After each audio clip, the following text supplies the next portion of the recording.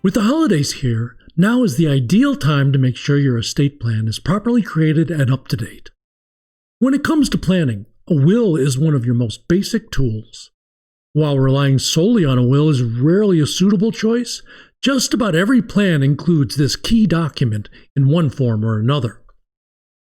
A will is used to designate how you want your assets distributed to your loved ones upon your death, but not all assets can or should be included in your will. Now, given this, it's important to understand which assets to put in your will and which ones to include in other planning documents like trusts. Here are just a few of the assets that should not be included in your will. First, assets with the right of survivorship. A will only covers assets solely owned in your name.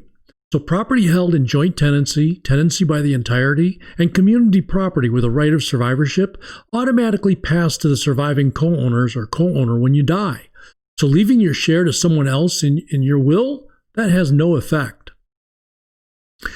Number 2, assets held in a trust.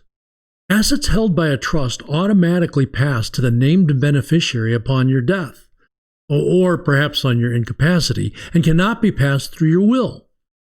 This includes assets held by both revocable and irrevocable trusts. In contrast, assets included in a will must first pass through the court process known as probate before they can be transferred to beneficiaries. To avoid probate, trusts are typically a more effective way to pass assets to your loved ones compared to wills. Meet with us as your family business lawyer to learn more about what you should and should not include in your will.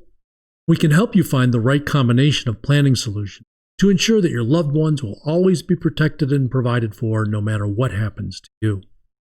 On the first Friday of each month, the Gordillo Law Firm will have videos on how to use the law to take care of your business and your family. We'll also provide a spotlight for a local artist or arts organization. This month's videos are here on the right. If these subjects interest you, consider subscribing. And of course, if you like this video, hit the thumbs up button for us.